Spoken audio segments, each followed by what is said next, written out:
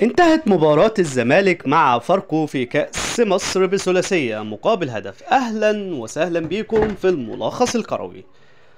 لو انت لسه جديد معانا ما تنساش تعمل اشتراك، وكمان ايضا تعمل لايك للفيديو ده علشان يوصلك كل جديد اول باول.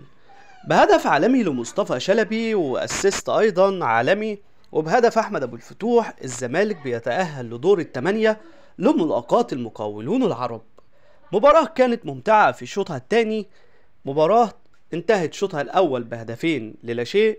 الهدف الأول بيحرزه أحمد سيد زيزو من ضربة جزاء، والهدف الثاني بعد أداء عالمي من مصطفى شلبي وتسديدة رائعة جدا بيحرز الهدف الثاني ليبدأ الشوط الثاني بهدف لفاركو عن طريق النجم عمرو جمال.